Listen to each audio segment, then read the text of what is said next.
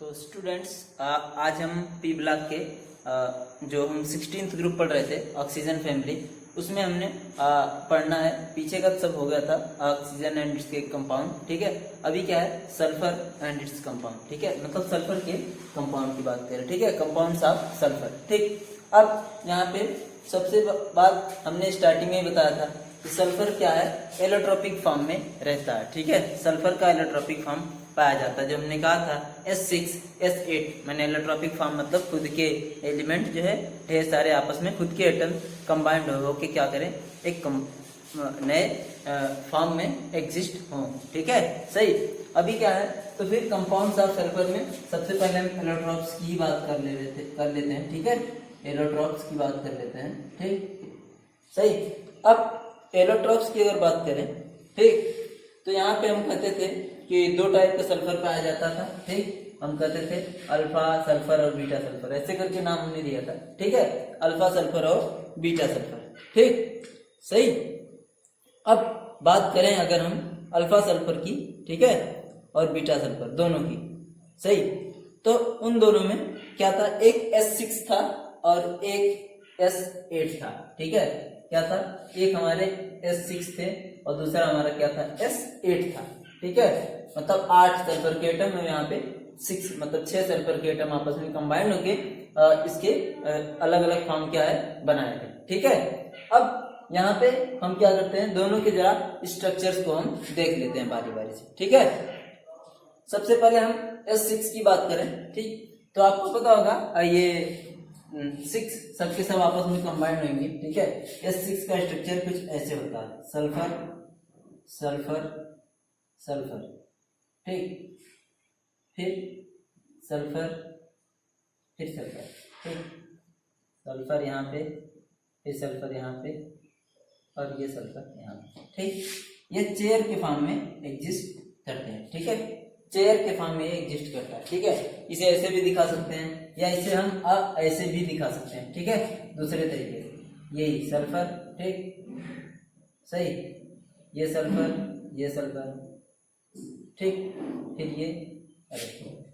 ये सल्फर यहाँ, ये सल्फर यहाँ, और फिर ये दोनों मिलकर एक सल्फर यहाँ, ठीक। चेयर फॉर्म का मतलब ये पुराने जमाने की चेयर जो आरामदायक, जो जिसे लेटने सोने का बराबर, जैसे पता ही ना चले कि वो बैठने वाली है या लेटने वाली, वैसे चेयर का ये फॉर्म था, ठीक है। तो यहाँ पे हम इसे कहते हैं S6, इसका ये स्ट्रक्चर रहता है। सारे के सारे सल्फर आपस में बॉन्डेड हैं और सबके सब दो बॉन्ड बनाए हुए हैं, ठीक है। ये भी एक सल्फर है यहाँ पे, सही। ये हुआ S6 का स्ट्रक्चर। जरा S8 का देख लेते हैं। S8 का स्ट्रक्चर जो है हमारे पास कैसा होता है, क्राउन शेप होता है। क्राउन, सर पे जो ताज होता है, ताज के शेप का होता है, ठीक है। वो क्या होता है, यहाँ S S S S, ये भी S, ठीक, यहाँ पे S, यहाँ पे S, और ये इनके साथ बॉन्डेड, ठीक है। ये क्राउन शेप जो हमारा क्या होता है, ये दो सल्फर होते हैं, ठीक है। क्यों, 2 3 5 साथ ही हुआ, सॉरी।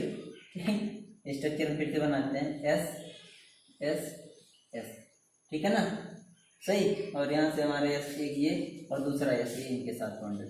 8 हो गए सल्फर, 1 2 3 4 5 6 7 8। ये हमारा S8 का स्ट्रक्चर है, ठीक है, और ये हमारा S6 का स्ट्रक्चर है, ठीक है। ये दोनों हमारे एलोट्रोपिक फॉर्म सल्फर के होते हैं, ठीक है, ओके। अब क्या बात करते हैं, हमने कहा कि ये दोनों आपस में जनरली एक जैसी प्रॉपर्टी शो करते हैं, ठीक। और ये एलोट्रोपिक फॉर्म है और ये उनका स्ट्रक्चर है S6 का। इसे हम क्या कहते हैं, चेयर फॉर्म, ठीक है, चेयर फॉर्म। ये पुराने जमाने की कुर्सी, आरामदायक, ठीक। और ये हमारा क्या था, क्राउन शेप, क्राउन शेप हमारा S8, ठीक है, ओके। ये हमारे क्या है, सल्फर के एलोट्रोप, उसकी जो इन दोनों का क्या है, ये स्ट्रक्चर है, ठीक है। सब के सब सल्फर आपस में बॉन्ड बनाए हुए हैं और सबके सब सल्फर के 2 बॉन्ड बने हुए हैं, ठीक है। 2 वैलेंसी होती है मेनली, तो यहाँ पे वो उसको फॉलो कर रहे हैं, ठीक, ओके। अब आगे हम देखते हैं सल्फर का अगला कंपाउंड। सल्फर के कंपाउंड की बात करते हैं, वो हमारे पास क्या है, H2SO4, ठीक है, जिसे हम क्या बोलते हैं, सल्फ्यूरिक एसिड, ठीक है। क्या है हमारे पास, सल्फ्यूरिक एसिड, ठीक, सल्फ्यूरिक एसिड, सल्फ्यूरिक एसिड। ठीक है, सल्फ्यूरिक एसिड फार्मूला आपको पता ही है, H2SO4। सबसे बड़ी बात ये हमारे जो ये हमारा जो एसिड है, ठीक है, ये एसिड के हम इसे कहते हैं किंग ऑफ केमिकल्स ना। सबके ऐसा क्यों कहते हैं, इसे कहते हैं किंग ऑफ केमिकल्स। वो इसलिए कहते हैं कि मैक्सिमम रिएक्शंस में या मैक्सिमम केमिकल रिएक्शन में इनका इन्वॉल्वमेंट होता है और ये एक मेजर रोल अदा करते हैं एज अ रिएजेंट। ठीक है ना, रिएजेंट का मतलब रिएक्टेंट के साथ मैंने इनका यूज करते हैं। ये अलग अलग डिफरेंट प्रोसेस क्या करते हैं, प्रोवाइड कराते हैं उस रिएक्शन को प्रोसीड होने के लिए ना, या फिर अलग अलग रिएक्शन में अलग तरीके से उसे प्रोसीड करते हैं। ठीक है, सही। अब क्या है हमारे पास, इनका प्रिपरेशन देखते हैं, ठीक है, और इनकी प्रॉपर्टीज देख लेते हैं। सही है, इसमें सबसे मेन इंपॉर्टेंट है H2SO4 का कांटेक्ट प्रोसेस। ठीक है, तो उसे हम देख लेते हैं यहाँ पे। ठीक, H2SO4 ये है हमारा, ठीक, इसे हम क्या कहते हैं, कांटेक्ट प्रोसेस के थ्रू हम इसको बनाते हैं। ठीक है, फाउंड बाय, मेनली क्या है जो मोस्ट कॉमन है, क्या है, बाय कांटेक्ट प्रोसेस। ये 2-3 स्टेप में रिएक्शन होती है। ठीक है, इसको हम देख लेते हैं आगे क्या कह रहा है। सबसे ये सल्फ्यूरिक एसिड कांटेक्ट प्रोसेस के थ्रू कैसे बनाते हैं, सबसे पहले सल्फर का रिएक्शन कराते हैं ऑक्सीजन के साथ, तो सल्फर डाइऑक्साइड बनता है। ठीक है, उसके बाद हम उसी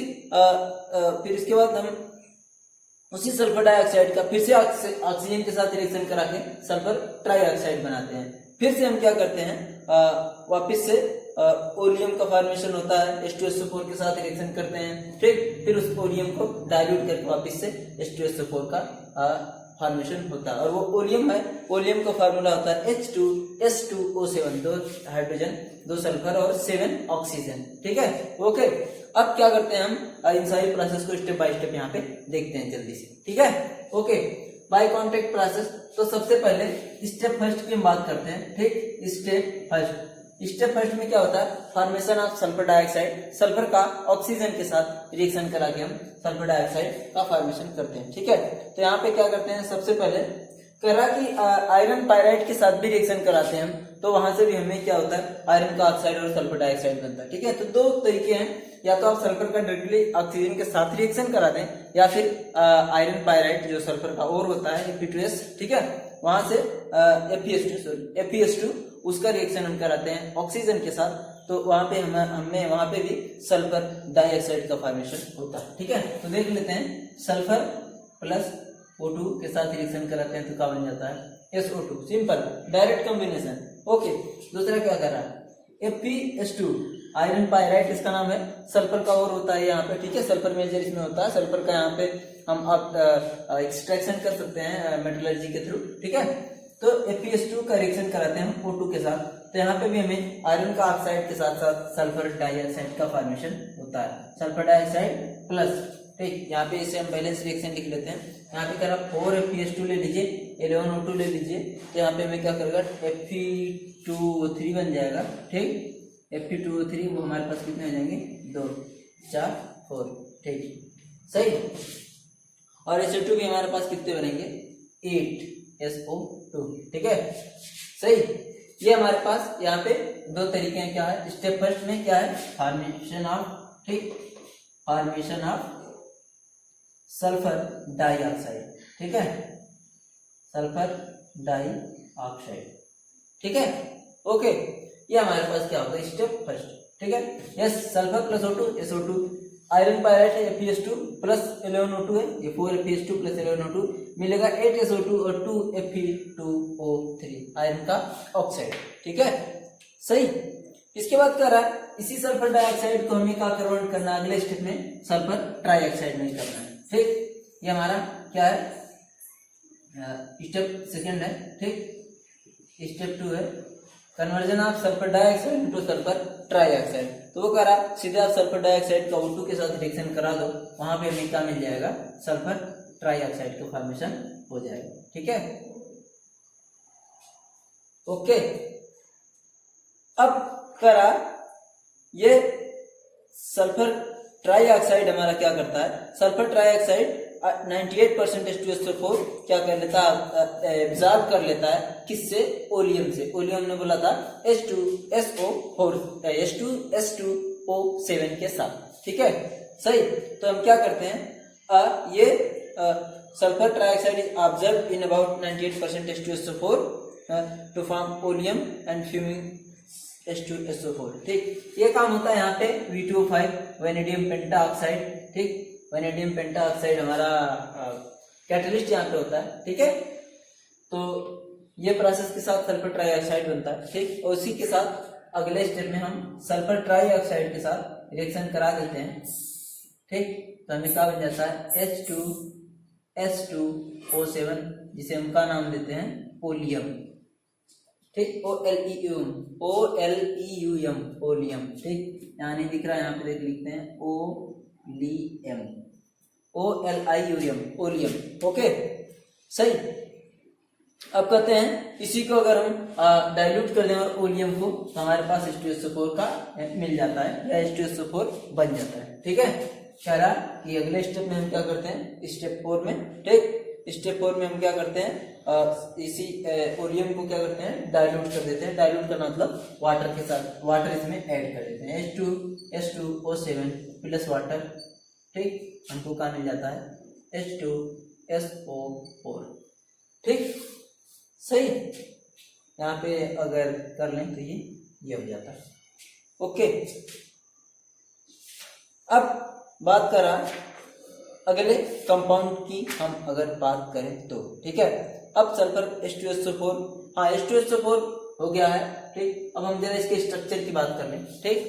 structure of H2SO4, structure of H2SO4, ठीक। स्ट्रक्चर ऑफ H2SO4 क्या है, H2SO4 के स्ट्रक्चर में हम बात करें तो सल्फर के अराउंड सल्फर टेट्राहेड्रल स्ट्रक्चर होता है, sp3 हाइब्रिडाइजेशन होता है सल्फर पे, और हमारा टेट्राहेड्रल इसका स्ट्रक्चर होता है। और यूं कह लें ये एसिड है, यहाँ से H+ देता है तो ये इस फॉर्म में एग्जिस्ट करता है, 2 H+ हमें देता है और हमारे पास सल्फेट आयन होता है ये, ठीक है ना, 2 H+ और सल्फेट आयन, ओके। ये हमारा H2SO4 है जो ब्रेक होता है, अगर एसिड है तो H+ हमें देता है, H+ हमें 2 मिलते हैं और सल्फेट आयन मिलता है, SO4 उसके ऊपर 2 नेगेटिव चार्ज, ठीक है। तो बात करें अगर हम SO4 2 नेगेटिव चार्ज की, तो यहाँ पे सल्फर का वही हाइब्रिडाइजेशन, ये sp3, ठीक, ये और ये, ठीक, ओके। ये हो गया हमारा SO2 का स्ट्रक्चर, SO4 2 नेगेटिव चार्ज का स्ट्रक्चर। लेकिन ये रेजोनेंस करते रहते हैं, ये कभी इसके ऊपर माइनस चार्ज आएगा, इसके ऊपर डबल बॉन्ड, कभी इसके ऊपर डबल बॉन्ड, इसके ऊपर माइनस चार्ज, कभी इसके ऊपर डबल बॉन्ड, इसके ऊपर माइनस, ऐसे करके वो किसी भी 2 पे माइनस चार्ज हो सकता है, ठीक। इस कारण से हम एक हाइब्रिड स्ट्रक्चर से इसे शो करते हैं, जिसे हम सल्फर दिखा देते हैं, उसके साथ सारे सिंगली बॉन्डेड O दिखा देते हैं, ठीक है। और क्या करते हैं, यहाँ पे सबके साथ रेजोनेंस दिखा देते हैं और इसके ऊपर 2 नेगेटिव चार्ज, ठीक है। ऐसा स्ट्रक्चर हमें भी बनाना आसान होता है, क्योंकि हमको पता नहीं होता कि कौन सा बॉन्ड किस वक्त मूव कर रहा है, कौन सा बॉन्ड कहाँ पे 2 है, कहाँ पे 3 है, ठीक है। तो इस तरह से हम सबकी बात करेंगे तो सबके ऊपर डबल बॉन्ड होता है, सही, ठीक, ओके। अब यही क्या है, अगर हमने तो SO4 2 माइनस मतलब सल्फेट आयन के स्ट्रक्चर की बात करें तो H2SO4 है, तो क्या बात है, सही बात है, H ही रिमूव हुआ ना, तभी तो माइनस चार्ज बना, तो दोनों ऑक्सीजन के पास जोड़ दे जहाँ पे माइनस था, सिंपल। इसका मतलब H2SO4 की अगर बात करेंगे तो H2SO4 का हमारा स्ट्रक्चर सीधा साधा ही हो जाएगा, ये OH किसी 2 पर लगा सकते हैं, ठीक, किसी 2 पे OH, किसी 2 पे H, सिंपल, ओके सही। अभी आप ऐसा भी देखेंगे बुक में, तो डाउट करने की कोई जरूरत ना, वो कहीं पर भी हो सकता है हमारा OH और कहीं पे भी हो सकता है S डबल बॉन्ड O, ठीक, ओके सही। अब हम क्या करते हैं, रेजोनेंस हम कर सकते हैं, नोट करके खास बात लिख सकते हैं, इन sulphate and SO4 double negative ion, ठीक, नोट करके लिख सकते हैं, सही। नोट करके लिख सकते हैं इन सल्फेट आयन, सही, इन SO4 डबल नेगेटिव रेजोनेंस अकर, ठीक। इसीलिए हम इसे एक हाइब्रिड स्ट्रक्चर से शो करते हैं। वो हमने दिखाना का, हमने कहा था अगर S double bond O minus double bond O minus है, तो अगर ये यहाँ जाए तो ये यहाँ चला आता एक बॉन्ड, तो फिर हमारे पास ऐसा स्ट्रक्चर आ जाता O minus double bond O और O माइनस। फिर ऐसे अगर ये करे तो ये वाला बॉन्ड वापिस आ जाए, ठीक। ऐसे यहाँ पे ना दिख रहा, ठीक, दिख नहीं रहा, हम फिर से दिखा देते हैं आपको, ठीक। S डबल बॉन्ड O मान लो O माइनस, ठीक। ये यहाँ है, ये बॉन्ड ऊपर जाएगा, तो हमारे पास क्या मिलेगा, S सल्फर O माइनस, ठीक, double bond O minus double bond O, ठीक। इसी तरह से दूसरा रेजोनेंस करना चाहे तो कोई और बॉन्ड ब्रेक हो जाएगा, ठीक है ना। तो हमारे पास क्या मिल जाएगा, S O minus double bond O, ठीक। इस तरह से हमारे रेजोनेंस होता रहता है, जिस कारण से इसे क्या बोलते हैं, ये एक हाइब्रिड स्ट्रक्चर से हमने पीछे दिखाया था कि शो करा था, ठीक है, ओके, सही। आगे यूज अगर बात करें हम सल्फ्यूरिक एसिड H2SO4 की, तो इसके यूज तो बहुत ही इंपॉर्टेंट, मैंने कहा इसे हम केमिकल कहते हैं, क्योंकि मैक्सिमम केमिकल रिएक्शन में ये इसका मेनली यूज होता है, ये बहुत ही ज्यादा यूजफुल होता है हमारा, ठीक है, इसलिए इसका ऐसा नेम है किंग ऑफ केमिकल, ओके, सही। अब ये हो गई हमारी 16 ग्रुप, ये थोड़ा सा बचा था इसलिए आज की क्लास ली गई थी ना, ठीक। अभी हम आगे आते हैं 17th ग्रुप एलिमेंट, ठीक है ना, 17th ग्रुप एलिमेंट, ठीक, या ग्रुप 17 एलिमेंट्स, ठीक है, जिसे हम क्या बोलते हैं, हाइड्रोजन, है ना, हाइड्रोजन फैमिली बोल दो या सीधे हाइड्रोजन बोल दो, ठीक है, ओके। अब सबसे बड़ी बात 17th ग्रुप की है अगर, ठीक, तो हम क्या करते हैं, इसके बारे में देखते हैं क्या क्या है। सबसे पहले अगर हम ग्रुप 17th की बात करें तो नेम क्या है इसका ग्रुप का, हाइड्रोजन से, ठीक है। हाइड्रोजन नेम क्यों है, ठीक, बाकी सारी चीजें तो बाद में। हाइड्रोजन नेम ये है, हमने कहा इसके जो ये यहाँ पे सारे के सारे नॉन मेटल होते हैं, ठीक है, ध्यान देने वाली बात है। 17 ग्रुप में सब के सब नॉन मेटल होते हैं, सब के सब एनायन का फॉर्मेशन करते हैं, ठीक है।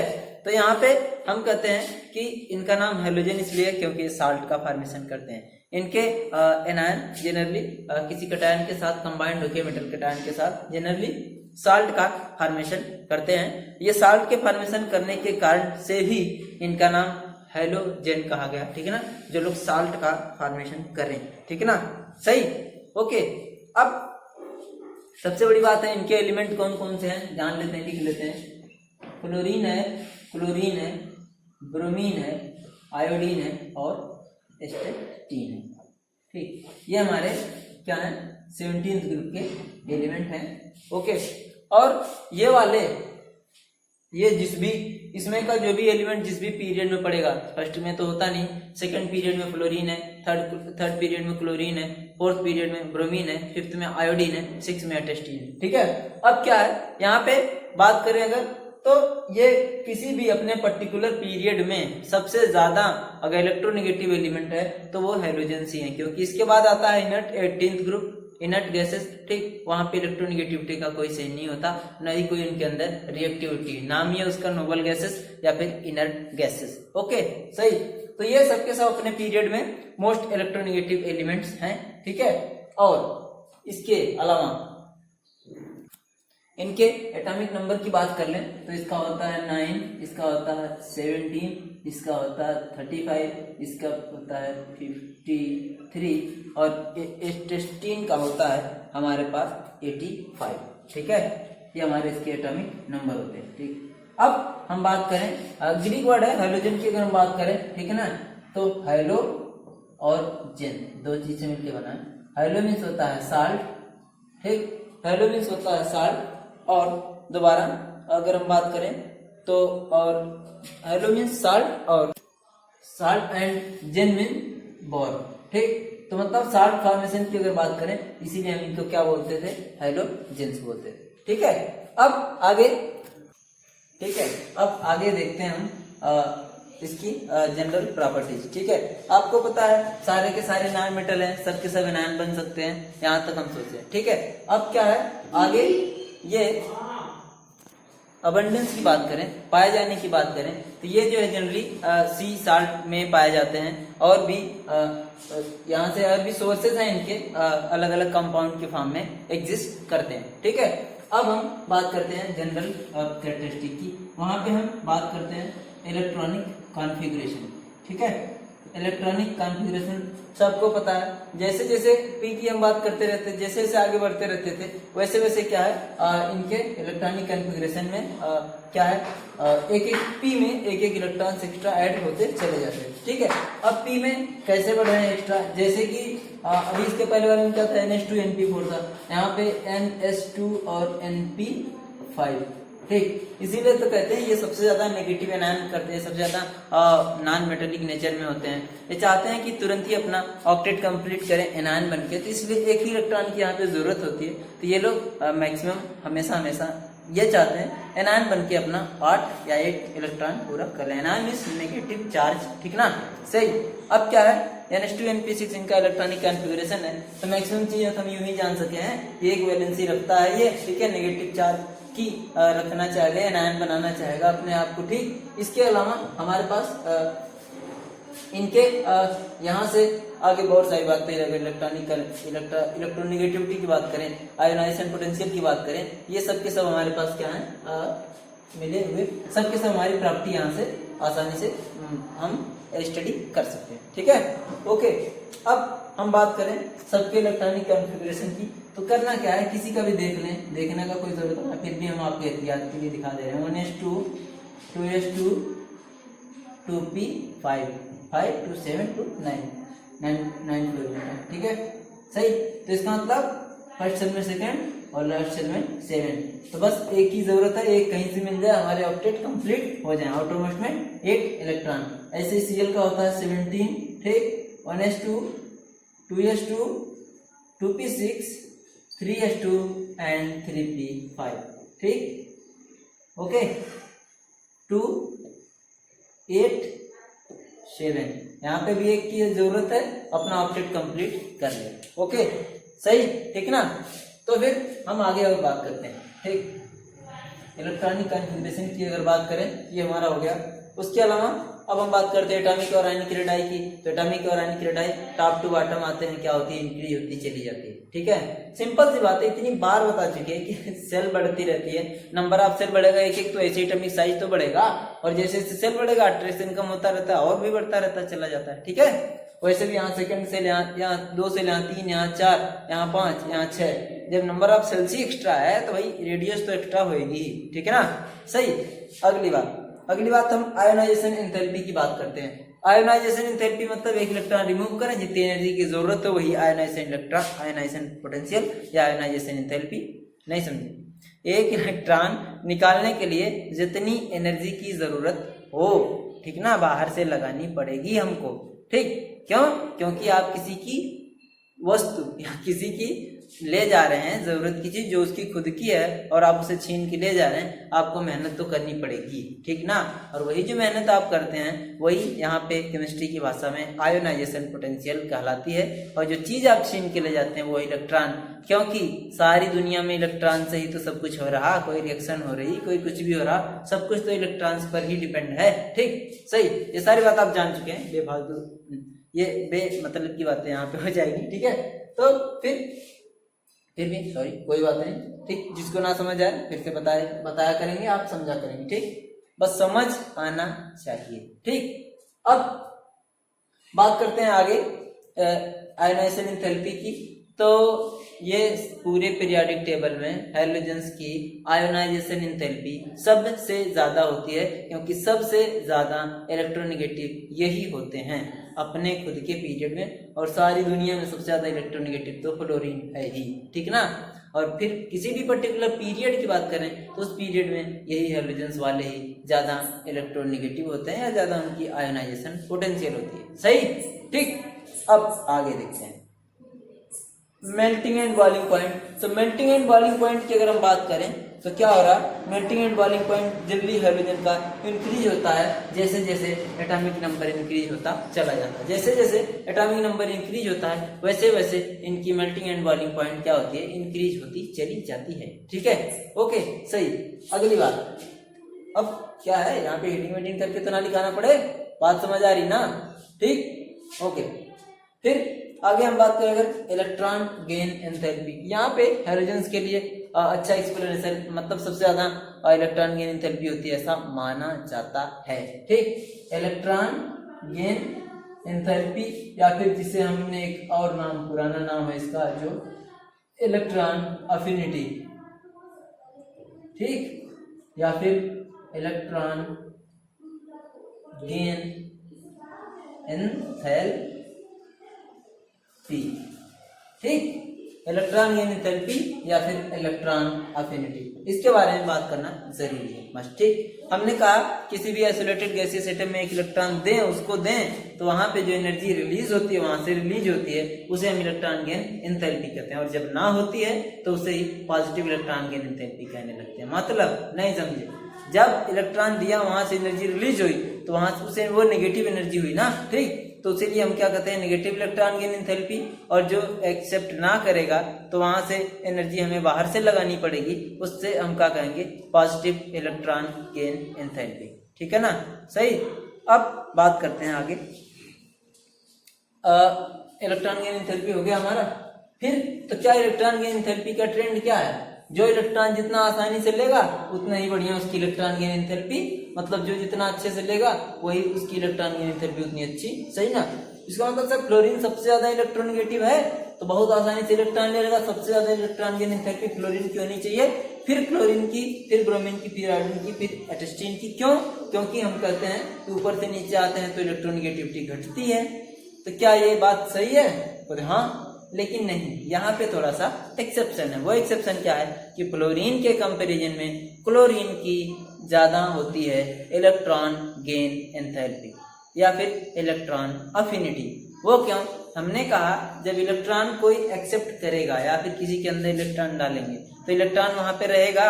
इलेक्ट्रॉन रहने के लिए जब स्पेस, इलेक्ट्रॉन रहने के लिए अगर जगह होगी उसके अंदर, समझने के लिए समझ सकें, अगर इलेक्ट्रॉन रहने के लिए जगह होगी उसके अंदर तो फिर वहां पे इलेक्ट्रॉन आसानी से रखा जा सकेगा, ठीक ना। तो इलेक्ट्रॉन आसानी से अगर रहेगा, जगह होगी रहने के लिए, तभी वो आसानी से एक्सेप्ट करेगा। लेकिन फ्लोरीन के केस में सबसे ज्यादा इलेक्ट्रोनेगेटिव है, सेकेंड पीरियड का है ज्यादा, आखिर उस पीरियड में सेकेंड में लास्ट एलिमेंट है और इसकी इलेक्ट्रोनेगेटिविटी सबसे ज्यादा है। इसलिए वो क्या है, इतना छोटा हो जाता है कि इलेक्ट्रोनेगेटिविटी तो ज्यादा है लेकिन उसके अंदर इलेक्ट्रॉन अगर जाए तो उसके अंदर बहुत ही ज्यादा इलेक्ट्रॉन डेंसिटी हो जाती है जो वो बियर ना कर सकेगा, ठीक ना। यही कारण है कि हमारी इलेक्ट्रॉन गेन एंथैल्पी क्लोरीन के केस में क्लोरीन की ज्यादा होता है। क्लोरीन सब में जो हम जनरल ट्रेंड देखते हैं, जनरल वो नहीं होता, क्लोरीन की कम होती है, क्लोरीन की ज्यादा। अच्छा, क्लोरीन की ज्यादा क्यों होगी सर? भाई सब ऐसा तो है ना कि बिल्कुल कम इलेक्ट्रोनेगेटिव है तो, और जो इलेक्ट्रोनेगेटिव है वो यहाँ पे इलेक्ट्रोनेगेटिव भी है ठीक ठाक, क्लोरीन से ही जस्ट बाद है इसका नंबर, और इसके पास अवेलेबल स्पेस भी ज्यादा होता है, थर्ड सेल होता है, थर्ड सेल दूर होता है और उसमें ये आसानी से इलेक्ट्रॉन हो सकता है, जिस कारण से इसकी इलेक्ट्रॉन गेन एंथैल्पी बहुत ज्यादा होती है। मतलब इतना ही खुशी से इलेक्ट्रॉन लेता है, जो जितना खुशी से इलेक्ट्रॉन लेता है उतनी ही ज्यादा उसकी इलेक्ट्रॉन गेन एंथैल्पी होती है, ठीक है। अब हम बात करते हैं आगे दूसरी अगली प्रॉपर्टी की, इलेक्ट्रोनेगेटिविटी। तो आपको पता है इलेक्ट्रोनेगेटिविटी की हम अगर बात करते हैं तो इलेक्ट्रोनेगेटिविटी इलेक्ट्रोनेगेटिविटी क्या है? आपको पता है the tendency of an atom to attract the shared pair electron in a covalent bond या in a bond towards itself, ठीक ना। तो इसमें सीधा साधा ट्रेंड है हमारा इलेक्ट्रोनेगेटिविटी का। सबसे ज्यादा इलेक्ट्रोनेगेटिव क्लोरीन, फिर ब्रोमीन, फिर आयोडीन और फिर एटोस्टीन, ठीक है, सही। इन सब में की हम अगर बात करें, एस्टेटीन, ठीक है, एस्टेटीन। अब उसका क्या है, इलेक्ट्रोनेगेटिविटी का जनरल ट्रेंड ऊपर से नीचे from top to bottom electronegativity decreases, सीधी सी बात। और fluorine is the most electronegative element in the periodic table, ठीक, in the most, fluorine is most electronegative element in periodic table, ठीक, सही, ओके। अच्छा, अब आगे क्या है, अगली प्रॉपर्टी, अगली बात क्या है, देखें अगर यहाँ पे, तो अगर फिर हाँ एक बात और, तो हम अगर इलेक्ट्रॉन गेन एंथैल्पी की बात करें तो फ्लोरीन की कम हो जाती थी, क्लोरीन की ज्यादा हो जाती थी, फिर ब्रोमीन की, फिर इसकी, और फिर इसकी, यही हो जाता था ना, ठीक, मैंने वो लिखना भूल गए थे, ठीक, तो इसकी सबसे ज्यादा, फिर इसकी, फिर इसकी, फिर इसकी, फिर इसकी, ओके, सही। अगली बात क्या है, हम अब देखते हैं oxide metallic and non metallic character. तो कुछ पूछना ही नहीं सर, सबके सब नॉन मेटल हैं, सबके सब नॉन मेटल हैं, और सबसे ज्यादा नॉन मेटेलिक कैरेक्टर फ्लोरीन और सबसे कम नॉन मेटेलिक कैरेक्टर एटेस्टीन, ठीक ना। तो यूं कह लें कि non metallic character decreases down to the group, ठीक है, ओके। अब अगली बात आते हैं ऑक्सीडेशन स्टेट की, ऑक्सीडेशन स्टेट, सही। ऑक्सीडेशन स्टेट क्या है, जनरली हैलोजन है, मोस्ट इलेक्ट्रोनेगेटिव एलिमेंट है, तो माइनस होना चाहेंगे और माइनस ही होते हैं, लेकिन हमने कहा था ये लोग प्लस की भी ऑक्सीडेशन स्टेट शो करते हैं, और कोई कितना प्लस ऑक्सीडेशन स्टेट शो करता, हमने कहा था वो कोई भी एलिमेंट हो, जितने उसके आउटर मोस्ट सेल में इलेक्ट्रॉन होंगे उतना ही मैक्सिमम वो पॉजिटिव ऑक्सीडेशन स्टेट शो करता है। ये पॉजिटिव ऑक्सीडेशन स्टेट के लिए बात है, ठीक है।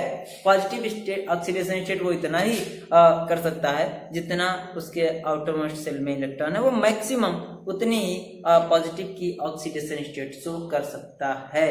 तो they have positive and negative, they have negative and positive both type of oxidation state except fluorine. Fluorine की बात कर दें तो फ्लोरीन को छोड़ दें, क्योंकि सारी दुनिया में सबसे ज्यादा इलेक्ट्रोनेगेटिव है, खुद उससे ज्यादा इलेक्ट्रोनेगेटिव कोई है नहीं, उससे ज्यादा इलेक्ट्रोनेगेटिव कोई जुड़ने वाला होता तो वो शायद नेगेटिव की, वो खुद पॉजिटिव बनता, सामने वाला नेगेटिव बन जाता, लेकिन नहीं। लेकिन ऑक्सीजन के केस में हमने कहा होता था OF2, ठीक, ऑक्सीजन प्लस का ऑक्सीडेशन स्टेट शो करता था ना, तभी तो ऐसा हुआ था, ठीक। अब हम बात करते हैं यहाँ पे क्लोरीन, ब्रोमीन, आयोडीन, एस्टेटिन सब के सब पॉजिटिव भी शो करते हैं, और एक नेगेटिव तो करना है ही, क्योंकि ये तो उनके खून में शामिल है, सही ना, ठीक। तो ये they have both type of oxidation state, negative and positive also, सबको पता है। तो नेगेटिव में हमेशा और हमेशा +1 रखने चाहिए, पॉजिटिव में +1, +3, +5 एंड +7, ठीक, सही। ये तो नहीं मिलता, मैक्सिमम यहाँ से मिलता है, ठीक है। तो हमारे पास क्या है, दो टाइप की ऑक्सीडेशन स्टेट ये शो करते हैं। बहुत सारे केस में ऐसा हमने देखा था, नाइट्रोजन में देखा था, सल्फर में, ऑक्सीजन सल्फर के केस में देखा था। तो यहाँ पे भी आप यही देखेंगे, यहाँ पे ऑड इलेक्ट्रॉन है, मैक्सिमम केस में ऑड ऑक्सीडेशन स्टेट शो करेगा पॉजिटिव के केस में, ठीक है ना। नेगेटिव का ऐसा सीन कुछ नहीं है, ठीक, ओके। तो ऑक्सीडेशन स्टेट की अगर हम बात करें, हमने कहा नेगेटिव भी रखता है, पॉजिटिव भी रखता है, तो कुछ कंपाउंड्स हम बता दें तब तो आपको लगेगा ना हाँ कि हाँ सही है, ठीक। तो वो क्यों होता था, अच्छा ये होता था क्यों, हमारे पास कॉन्फ़िगरेशन होता था NH2 NP5, 1 2